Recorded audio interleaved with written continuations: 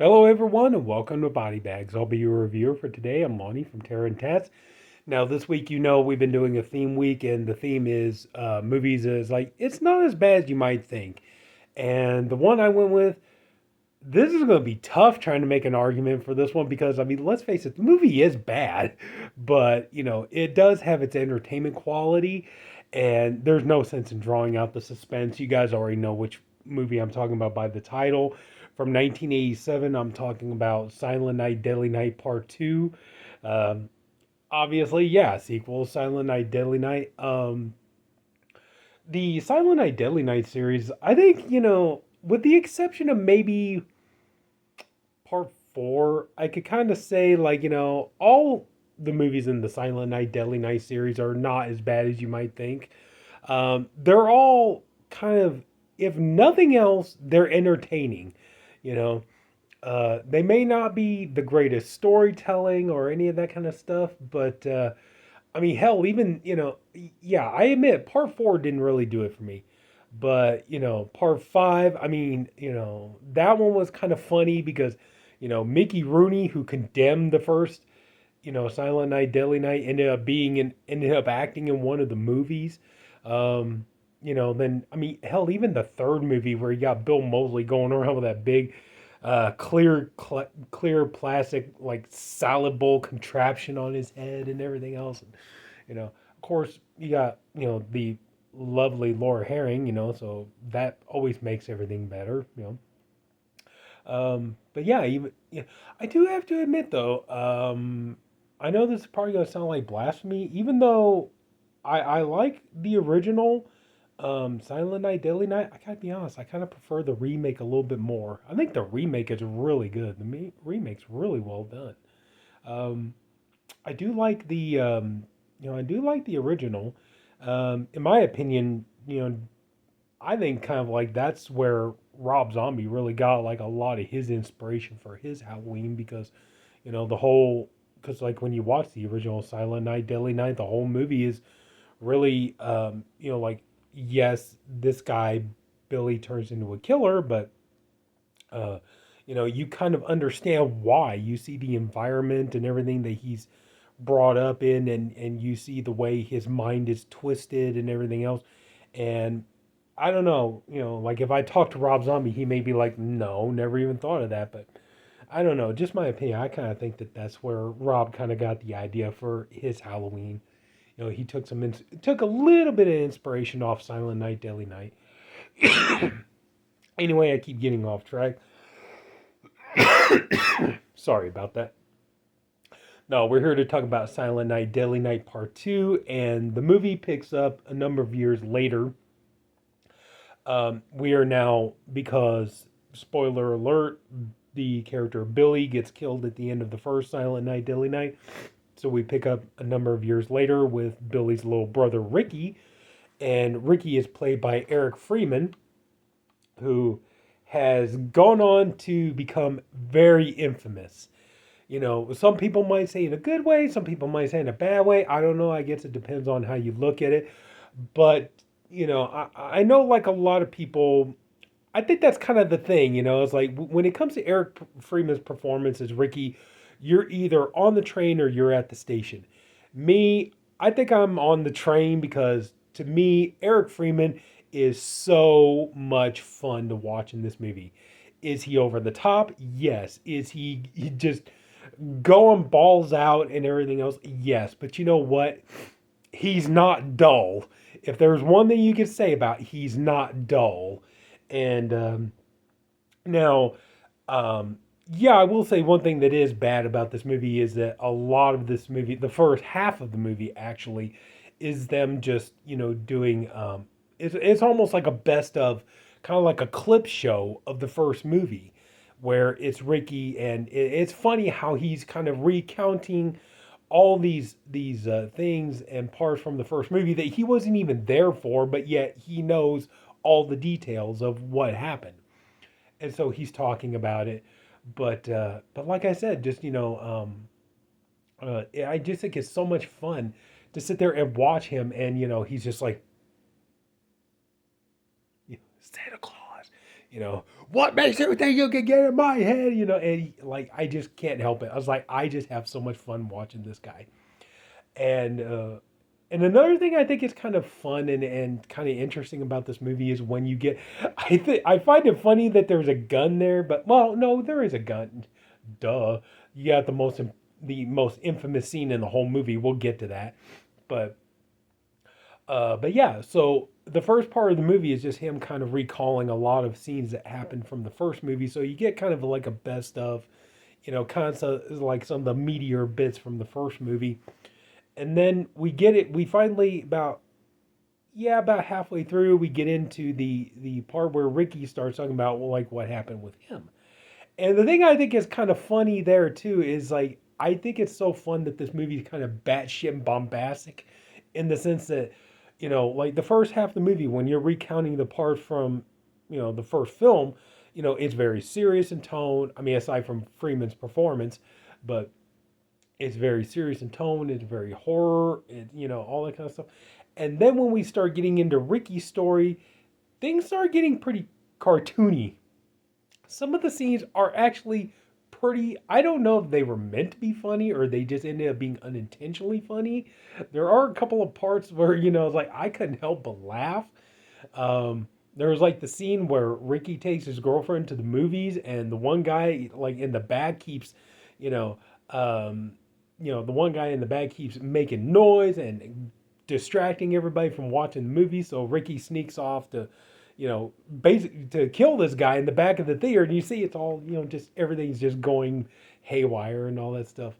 Um, but just his, the fact that he runs one guy through with a umbrella and then just clicks and pops the umbrella open, that was a pretty fun inventive kill. Um, you know, uh, his girlfriend, I like, sorry, I'm gonna give a little bit of a spoiler away, but when his girlfriend, they come up with her ex boyfriend, and the guy's like really, the guy is very douchey, blonde, blonde, blown dry hair and everything else. Almost looks like the guy from Night of the Creeps, in my opinion. Like the main, jock, not jock, but fraternity asshole guy from Night of the Creeps. He kind of reminds me of him, you know. But does the car battery death and everything else, and she's like, "What are you doing? You're insane!" And he's like, "Naughty!" And she's, and she literally goes like, "Uh oh, boom." I can't help it. Just like to me, that's so funny, man. Just oh, but yeah, and then of course we get to his murder spree and everything, and then of course we get to the most infamous scene where the guy is picking up the garbage can. He's there, garbage day, and then shoots the guy. Which now that's become classic. Um, and then so then yeah, the end of the movie is Ricky is done with his interview and he's wanting to go and get revenge on the Mother Superior who basically tortured Ricky and his brother Billy their entire lives when they were being raised in the orphanage. And, so basically that's kind of the thing. He wants to get revenge for both him and his brother Billy. So, and I'm not going to give anything else away there. But it's just like this movie is, like I said, it's not great, but like I said, if one thing you can say about it's not dull. Like I said, Eric Freeman's performance is so much fun to watch. It's so over the top, and I know for a lot of people it's but I mean think about it. How bad can it be when the most iconic line from the movie, "Garbage Day," has now become so popular and infamous. Like now you see people on social media all the time. They're always posting the gif or the meme or something like that, garbage day and all that stuff. So that's become super popular. Just but yeah, I mean, I think just kind of maybe like give this movie another watch, and if you're in the mood for something like, this is definitely a good movie for you to shut your brain off and stuff. And one thing I will say is kind of a powerful moment in the movie is when Ricky witnesses the young girl being raped, Sorry, don't mean to get too serious on you. That's probably about one of the most, to me, probably the most, yeah, probably about the most dramatic part of the movie, I think, is when the young woman gets attacked and raped by the guy, and Ricky kills the guy, and then she sees him and she says, thank you. And then they just go their separate ways. I thought that was a pretty impactful moment in the film, but, it does show that Ricky, even though like he's doing horrible things, it makes it interesting. I think is that um, Ricky does have some semblance of morality to him. You know, whereas like in the first film, once Billy snaps, it doesn't matter to him. Pretty much everybody is evil. Everybody's naughty. You know. So I think that was kind of interesting to show that Ricky has a little bit more of a moral compass. But anyway, so yeah, I would say just kind of give it a shot. Maybe if you watch it once, maybe give it a second look and see if it might grow on you. Maybe it won't. But like I said, if nothing else, just watch it for the fun that is Eric Freeman and his performance in this movie. It's great. I mean, he's, like I said, he's not dull. He's entertaining as can be. Um, and like I said, I mean, how bad can the movie be when now one of the lines, is now so iconic that now around the holidays, horror fans are always posting it around Christmas time, you know? So, but yeah, like I said, like this movie, I don't think it's as bad as you might think it is. I have fun with it. I do like most of the, yeah, I do like most of the Silent Night, Deadly Night franchise, and I don't mind the third one. Like I said, mostly for Bill Moseley and Laura Herring.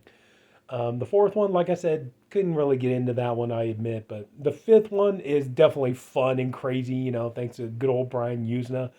And yeah, and even the remake I think is really good. I thought the remake was a lot of fun, and no offense, but I kind of have more fun with Malcolm McDowell's character in that remake than in the Halloween remake because it's just he's so fun in that movie. It's like he's just he really does think he's the guy who always gets his man and all that kind of stuff. It's like I'm on his tail now. There's nowhere safe. I'm on him now. The smell of fear. He's, oh gosh. And then of course, Jamie King, she's great, so. But anyway, so yeah, I would say, kind of maybe give it a second shot, see if it might grow on you. If it doesn't, oh well, but I don't know. But yeah, I think, like I said, just for Eric Freeman's performance alone, this is a lot of fun. So that's going to do it. So if anybody took the time to watch all this, I thank you for doing it, and I appreciate you for doing it. I honestly hope you enjoyed the video. If you did, would you please leave it a like? And if you haven't already, please go and subscribe to the Body Bags channel. And that's it. I hope everybody had a wonderful Thanksgiving. Yeah, I had to work, so I didn't really get to celebrate, but I got more food right now that I know what to do with. It's like my oh my god, the different sections at the hospital that I work in, everybody was doing potlucks yesterday, so I got more food and I know what to do with. Not to mention too, I still got a pot roast I need to put in the oven. So yeah, don't worry, I'm not gonna go hungry. If there's one good thing I can say, I'm not going hungry anytime soon. So anyway, so that's it. Take care, everybody. Have a good night. I'll see you all later.